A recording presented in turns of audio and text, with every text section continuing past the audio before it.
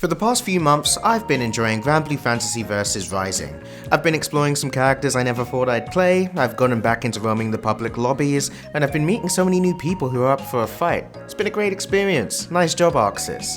One of the characters I'd previously sworn off was Charlotte. It was nothing against her, I just didn't see myself running around with this little gremlin.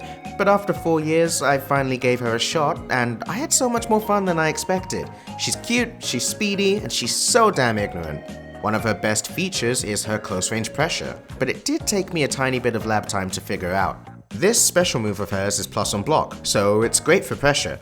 It'll chip away at their health even while they're blocking, and it has enough frame advantage for it to still be my turn once the special move is over. So if they're blocking, that's my cue to use this special move. Simple enough, but as soon as I took this into a match, I had problems. Players that were aware of this special move would dodge it before it finished starting up, making Charlotte miss entirely and flipping the situation around. Now Charlotte is the one defending. What an irritating roadblock. I was told this character is dumb and easy, but here I am having to take my ass to training mode. Okay. I still want to use this special move, but people keep dodging it whenever I try. How do I get them to stop dodging? Well, first, I should stop using this special move altogether. It's only useful after I've met a few other requirements, like making my opponent afraid of using dodge. Charlotte players like to use this special move here, which is why her opponents like to dodge here. But what if I end this block string right before the special move? On the surface, this is a terrible block string. There's no mix-up, no chip damage, and it's -3 on block. I end my turn, and seemingly for no reason. But look at the bigger picture. With the knowledge that players use dodge here because they expect to see a special move, I have a very good reason to stop my pressure entirely. It feels strange to do, it's not a comfortable rhythm to get into. I'm intentionally giving up my pressure and letting myself be minus, knowing that if my opponent happens to be mashing or trying to move, at best I've let them get away, and at worst, I'm now getting hit. I know these risks are here, but I'm choosing to have faith in my opponent. I can't get anything done if I don't. Despite knowing I could be wrong, that I could give up my turn for nothing and end up regretting it, I'm making my bet that my opponent will press dodge. And when they do, I get the sweetest, most satisfying, most gratifying counter hit punish. I know your game, I've gotten into your head and I've figured you out. Take this damage and think about the mistake you've made. But also, brace yourself because we've got another round of my pressure coming up shortly. This is what I love about fighting games. The two of us trying to understand one another for the worst reasons imaginable. I don't mind blocking for a long time because I just like seeing how you think. How do you react to my patience? Where do you feel comfortable taking a risk? When do you start getting desperate? I genuinely want to see the way you are. And I want to crush what I find until you lack the spirit to pressure me at all. I really do love the way that fighting games encourage players to study their opponents. Whether I'm the attacker or the defender, it's still a two-player game, and the player with the better deduction skills is the player that wins. Well, most of the time. You see, in fighting games there is an exception to this rule. There's a type of offense in fighting games that doesn't care who's better or who's worse. Instead, it's all up to chance. You either guess right or you guess wrong. So you better pray you guess right because there's not much else you can do against the form of fighting game offense called Setplay. Hey, do you know how to block? I need to ask because lately I've seen a lot of players refuse to do it. What's all the panic about? Just hold backwards and you'll block the attack. Better yet, hold down back to crouch block attacks that hit at your feet, and go back to stand block when you think the opponent wants to hit you with an overhead attack. Usually, you can react to overhead attacks and switch your block in time. It's on the attacker to figure out a way to sneak one in when the opponent isn't expecting them. But Setplay doesn't care about this dynamic. Setplay is a situation where, upon getting up, reacting to the next attack isn't a possibility. The next attack could be one that hits low and needs a crouch block, or it could be one that hits high and needs a stand block. Either way, you must guess because both attacks are too fast for any human to react to. Blocking high or low isn't the only kind of setplay mix-up out there. There's also block left or right setplay, and the nastiest kind of setplay makes you guess both high or low and left or right.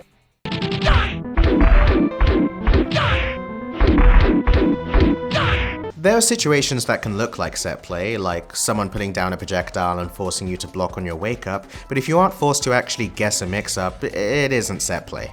There's a bunch of intricacies we could get into just to debate what is or is not set play. You might even disagree with characters I label as having set play later on, but let's not spend too much time on definitions. We can usually recognize set play when it's happening. You'll see a knockdown, followed by a pre-rehearsed mix-up, and more often than not, it'll lead to a full combo or loop back into the same guessing situation. This is the bane of fighting games for me.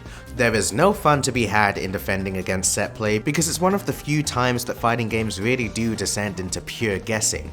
If I actually wanted to play a no nuance rock paper scissors, I'd play Ultimate Tenkaichi. Actually, I did play Ultimate Tenkaichi 10 years ago. I recorded it with a terrible camera and uploaded it to this YouTube channel. As a 12-year-old, the description I wrote was, "It sucked. It was boring."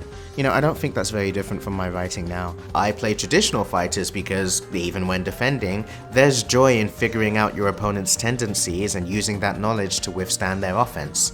In set play, the habits, the fears, and the courage of either player doesn't come into play because we're simply reenacting a pre-rehearsed situation with an incredibly linear right or wrong answer. In summary, it's boring. This is why I don't like running set play myself. For me, it kinda sucks the fun and reward out of beating my opponent, which is weird because I also know that several years ago, I freaking loved set play. I loved running my own set play, and I also loved trying to guess right on my opponent's set play. The reason I picked Bedman in Guilty Gear Xrd was because I saw how his replays would make for some awesome set play. Actually, with Guilty Gear, I can go even further back to the PSP days where I know I was learning Milia's disc setups in Guilty Gear XX Accent Core. Why? Well, visually it's cool. Knock them down, set up a projectile, and make them guess what way they'll have to block. I'll say it like this, I think there's some beauty in the construction of it. When you're running those pre-rehearsed setups, it's like when you've built a machine and you're watching all the cogs do their parts and everything just clicks together. As brutal as set play can be, it can also be incredibly satisfying. Graceful, almost. It's been, 10 years? But I think I know that when I ran Kaguya set play, I wasn't thinking, haha, this is a strong thing to win with. I was more just thinking, it's so cool that he summons this giant orb they have to block and then I get to choose high, low, left or right. It's exciting, it's like I'm doing a taboo. In the usual dynamics of a match, it's rare that you're given the opportunity to just open someone up like this. But suddenly, you have this opportunity. You wield so much power. You get a bit of a rush. It's a nice way to feel so ultimately powerful. The typical barriers behind opening someone up matter no more. Now I can really break into you. Set play feels like a violation, and in a fighting game, it feels good to violate. That is messed up. Are you serious? No! Not like this! No! Stop the fight! This is brutal. Stop the fight! First of all, that minion was clearly winning in the neutral, and of course, one little scramble gave Sai the opportunity to score a knockdown. Bro, your temperature is rising. How many of you played football as a kid? In football, you don't mind the rule that you can't touch the ball with your hands. That's the first reason football becomes interesting. It's not immediately easy to control the ball with your feet, but you do get better, and eventually you enjoy the nuance that limitation can bring. In a free kick, players try to kick the ball just high enough that other players can't reach it, even if they jump to try and stop it with their heads. In those moments, I always wished I could just reach out to stop the ball with my hands. But that is a violation. And yet, the fun thing about being the goalkeeper is that you're the only one who can touch the ball with your hands, and it feels good to have that power. You know, before you remember that you're the goalie. In fighting games, where everything is much more complicated and loose, there's still some general rules we abide by. Most of your attacks are easy to block, but the enjoyment is in figuring out how to get them to work anyway. But when you run set play, you don't have to be like everyone else. Like how the goalie is the only one who is allowed to touch the ball with their hands, set play characters are the only ones that get to skip the rigidity of fighting game offense and defense. However, I'm not the same player that I was 10 years ago. Back then, I used to save Bedman clips when I did some sort of nasty set play mix-up. But now, you'll only see me saving Bedman clips when I use his replays in some creative way. I even used to enjoy defending against set play. Narukami in Persona 4 Arena ran the nastiest mix, but you know what? I was really happy to block that over and over every day after school, because I'd be really happy the one time I got it right. Yet now, I just roll my eyes every time I know I'm about to deal with Setplay. I'll be frustrated even if I do guess everything right. Something has changed, and I think Under Night In-Birth is to blame. When I got into Under Night In-Birth, the first character I took an interest in was Seth. Seth can summon an orb that will linger for about a second before firing a projectile. In the gameplay I saw, people loved to set this up after a knockdown. You know what that means. My Setplay senses are tingling, or at least they were back when I first started watching Seth. But Setplay with Seth wasn't easy to figure out. In any fighting game, when you're theorizing mix-ups for your Setplay, your goal is pretty simple. Create a situation where you can hit them high or low, or maybe left or right, before they can react. However, despite how it may look, Seth usually can't perform any of these mix-ups. Most of what looks like left or right mix-ups are actually cross-up protected. You can block these orbs holding either direction, and he doesn't have much going for him with high or low mix-up either. The mix-up that is available to you is not immediately apparent, and it's incredibly hard to come by on your own. But these days, fighting game players aren't on their own. Now there are guides teaching players how to exploit the holes in the game's logic and force a mix-up situation. Anyone looking for Seth mix-ups can look up Sploogey McNoodle's compilations of the nastiest Seth mix-ups the community could find. But before all of this information was out there, it was tough. I had no quick and easy setup to take into a match and rely on, so in the process of learning Seth, I had no choice but to get better at the game and its fundamentals. And what is Under Night In-Birth fundamentally? Well, that depends on the version you play, but during Unist, left-right or high-low mix-ups weren't a realistic way of opening players up. It was almost too reactable. You could say the standard mix-up was just strike-throw, but option selects and defensive mechanics were so strong that throws would never work if you weren't clever about it. So how the hell do you open someone up in Unist? Well, you pay more attention to them. You learn to frame trap, not because it's your immediate ticket to landing a hit, but because it'll tell you what they're doing on defense. You learn that these slow overheads aren't just about opening people up, they're about sending the message that they could be punished if they want to press shield. In your efforts to open up your opponent, a whole new world of nuance begins to appear. Running a good offense is no longer just about you and what your character can do, it's about them too. And once you get to that stage of fighting games, there is a whole new level of joy to play around with. No Mix Under Night In-Birth is the fighting game that opened up my eyes to what fighting game offense can be, how rewarding it can feel. And simultaneously, it made Setplay far less appealing. Like, yeah, I guess I feel good when I win on a 50-50 and get to stick my opponent back into the same blender, but I feel even better when I structure my offense in a way that'll really get into my opponent's head.